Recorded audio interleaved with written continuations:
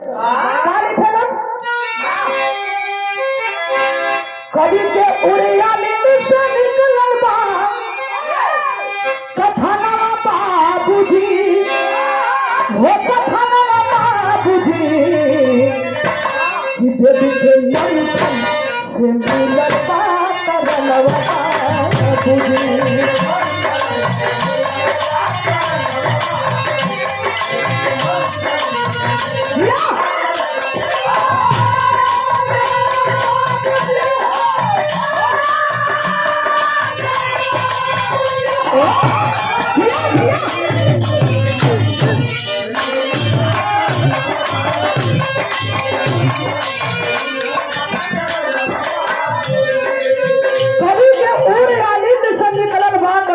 बाबूजी पेट के मंथन से मिलल बा करनवा बाबूजी। कहानी यही से शुरुआत हो गई। कैसे भले के कसी बनिया रावण पल कहानी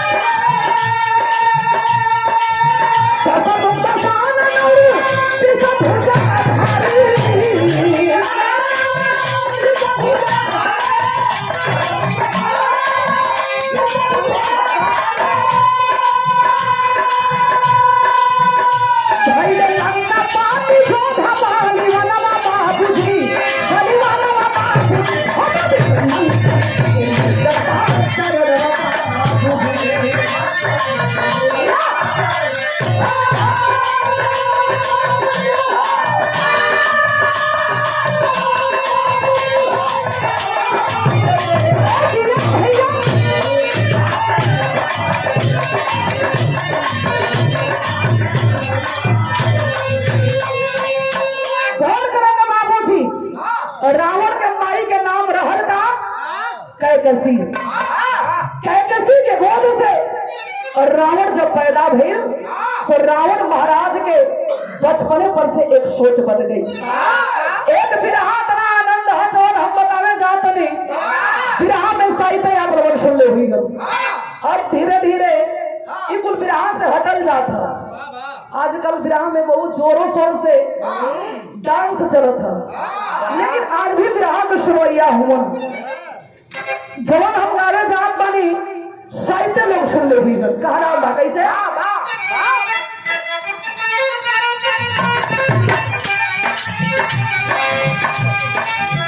घोर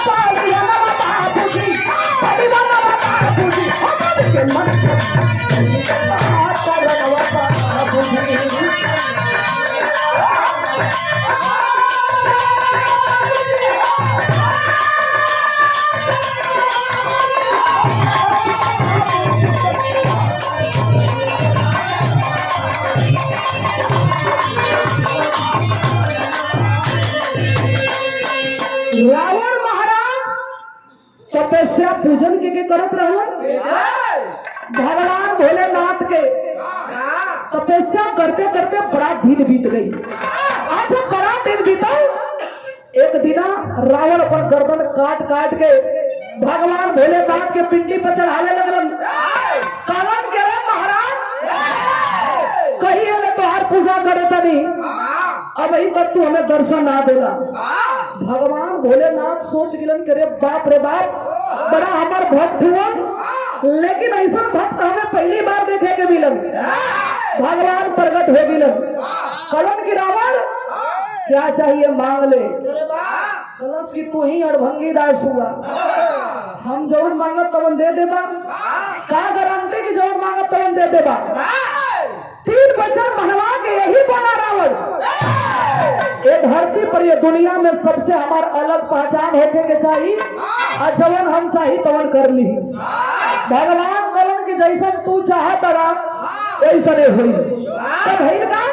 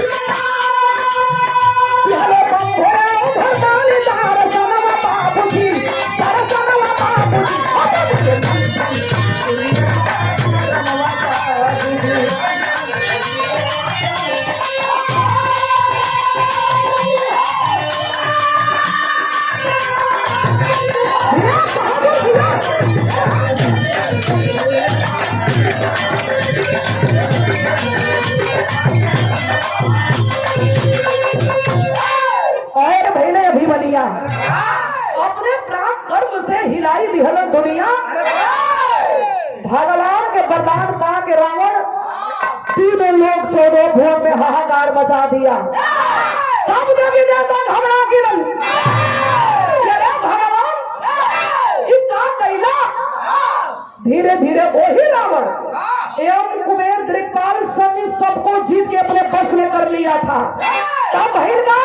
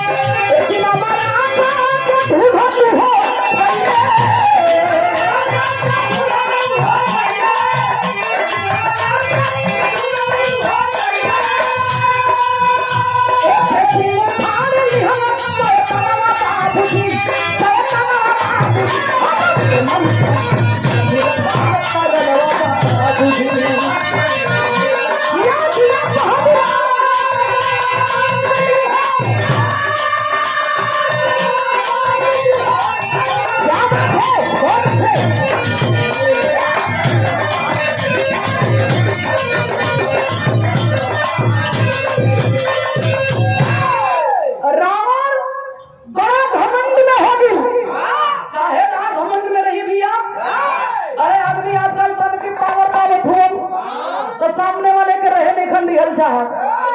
अब वो तो तीनों लोग 14 भुवन के जीत के अपने वश में कर लिया था। सामने रस्ती में मुलाकात कैसे भइल? रावण अमराज से रावण महाराज से जब मुलाकात भइल तो यहाँ रावण भी घमंड में है तो अमराज भी बहुत ज्यादा घमंड में हुए। वो काहे ना घमंड में रही हम ये घमंड में हुआ कि हम सबकर मौत लिखिला। रावण महाराज कलन के कैसन हो बड़ा पाखू टाइट करके चलत हो का बात है कला रे मर्दवा तू तो रावण ना हुआ करे बाप रे बाप। तो ये घमंड में हुआ कि हम अपराध हैं। बातचीत के दौरान बात इतने आगे बढ़ गई कि रावण अमराज जी के पकड़ के ही गर्दन के सिंह ही उखाड़ दिलस कि जा कलन के रे बाप रे बाप। वही देखा रावण की हमारे बाप के वरदान पा के तो इतनी हिम्मत की घमंड में घूमा था। ऐलान कहा किधर मास्टर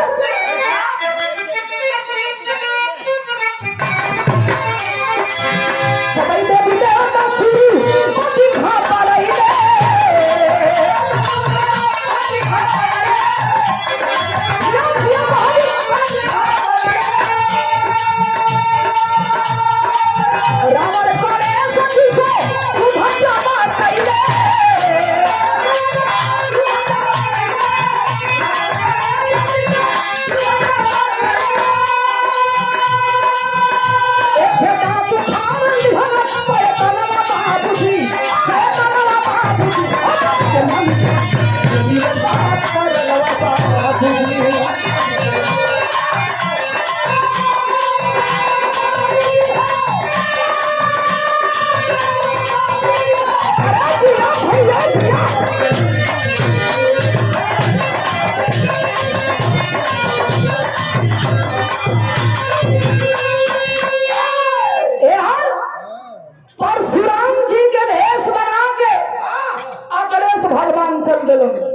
रास्ता में क्या मिलल? रावण मिलल। आज जब रावण महाराज मिललन कलन की वो तो भगवान भोलेनाथ के वरदानवा पाके तो ही फुल्लत हुआ। कला है मर्दवाई परशुराम हुन देकर का मतलब है कि ये तरफ बात करी है हमसे। बातचीत के दौरान बात अपनी आगे बढ़ गई कि रावण महाराज गणेश भगवान के पकड़ के एक दांत उखाड़ लेलन। अरे विराट सुनने वाले बाबू, उसी समय से गणेश भगवान एक दंत कहलाते हैं। भगवान भोलेनाथ के आसन डगमगा गई। सबके हमारे लड़कों के ना छोड़ल। तब भगवान कैलन का कैलन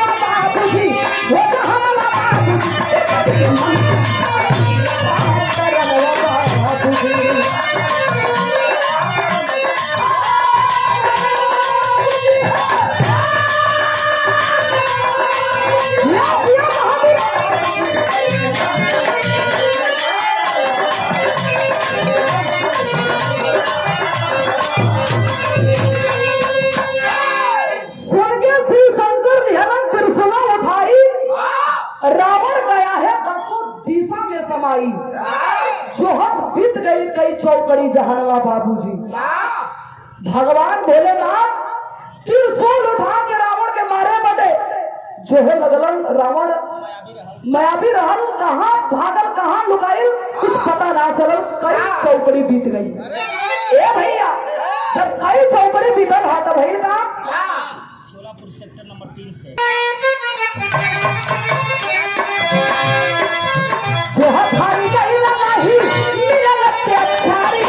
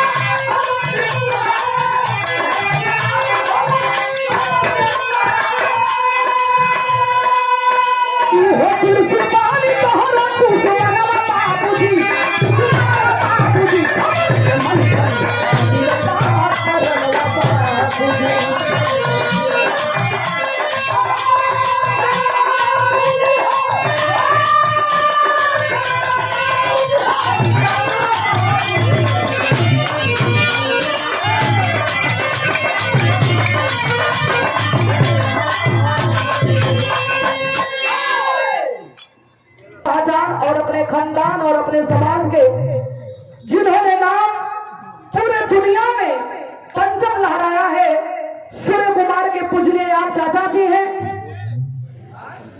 और प्रथम कोच भी है आप।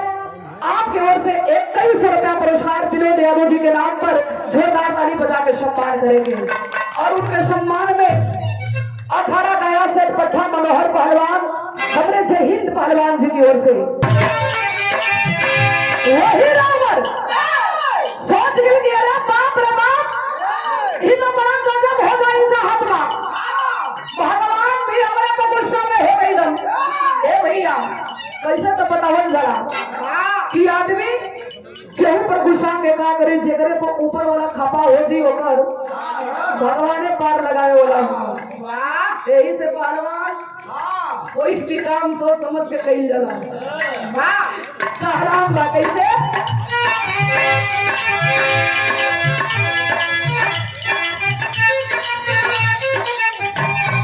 यार गणेश जी के मैटर वही फसल है भगवान भोलेनाथ से कहा कौन कितना हो अब वही में तो से रावण ना मिलल भाई हमर दांत उखड़ले है और बना देले है हम एक टूटल दांत लेके बैठा नहीं तो से ना सपड़ा था तो हमसे बतावा भगवान कलन के कई चौकड़ी तो बीत गिल मिलबे ना कइल हम करी त का करी तब भइल का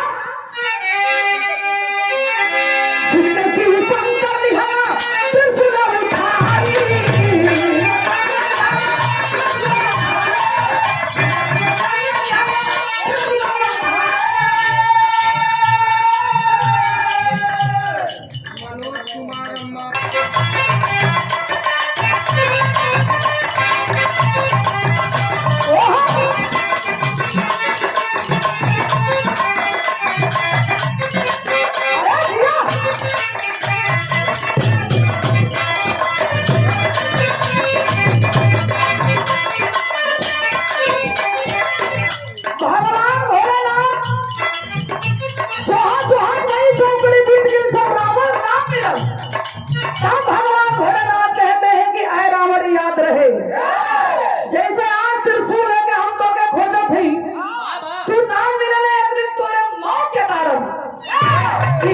त्रिशूल बनी यहाँ कोई सवाल नहीं है ना कोई प्रश्न है खाली थोड़ा सा दिमाग लगाने वाली बात है पढ़े लिखे लोग बैठे हैं और ये आयर के धरती कलाकारन के पारखी धरती है भगवान भोलेनाथ के त्रिशूल रावण के कौम के कारण बनल कहाँ बनल कैसे बनल